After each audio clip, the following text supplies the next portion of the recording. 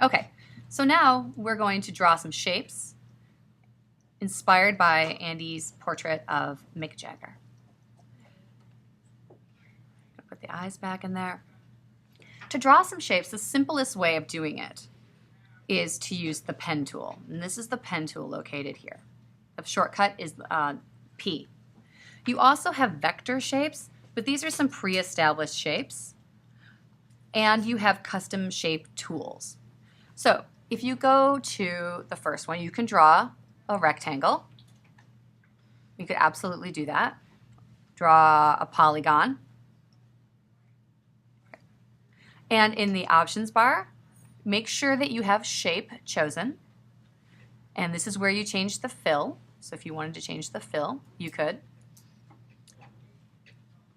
If you want to have, I don't think we have a stroke on that.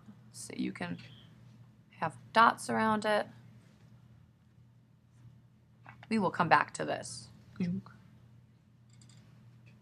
See that you can add a stroke to it if you wanted to. Probably not for this project, so you can just kind of take the stroke and put it on the no color sign. So it's just that the fill. And once you make these using the shape tool, any of these shape tools, you can grab that layer and change the blending mode. Multiply seems to work pretty well here. One of the nice things about using these as shape tools is if at any point you're like, oh man, that's not working with my color scheme, all you got to do is select the layer, double click on this little icon here, and it will bring up the color picker so that you can pick a different color. So if I'm like, I'm not sure about that color, here you go. I can pick another color and update it. So custom shapes are another option. Typically the shapes that are built in custom shape tool, it comes up here.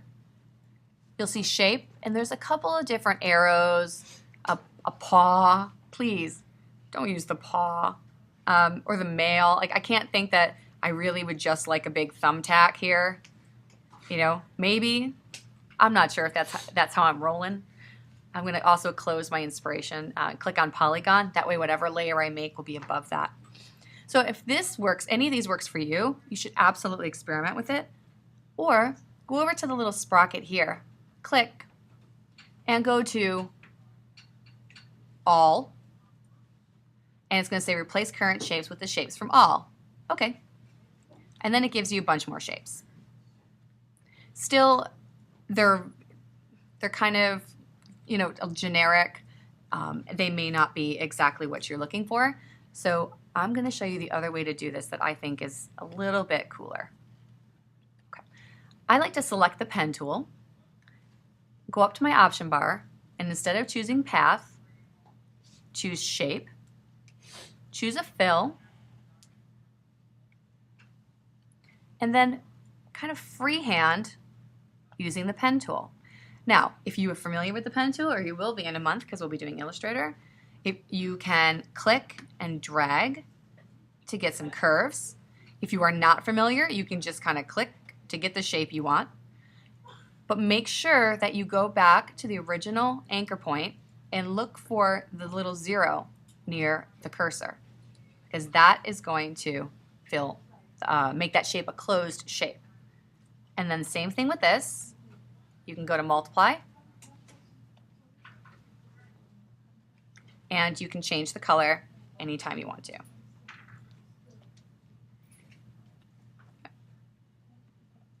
So this may be a way that you want to approach your image.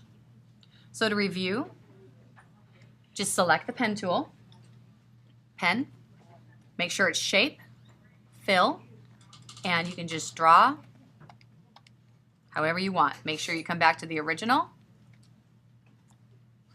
go back to the move tool, drag it around, and then change it from normal to multiply. Soft light is also an option. You can experiment with those. Okay? If you want to add lines, like these lines here, put another layer at the very top of your hierarchy called lines. Select the pencil tool, and you can make the pencil as large or as small as you want. Oops.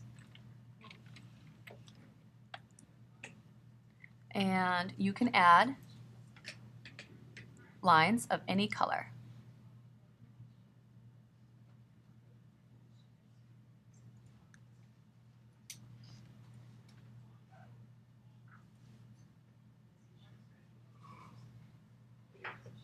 Okay. And you can go in and play with it. Sound good? Okay. And when you're done, just hit Command S and save. When you're done, we are going to make 3 more versions of this using different colors. Do you want to see how to do that now, or you want me to give you a little while? Okay, a little while it is. I will put these up on our page, and the link is on Blackboard.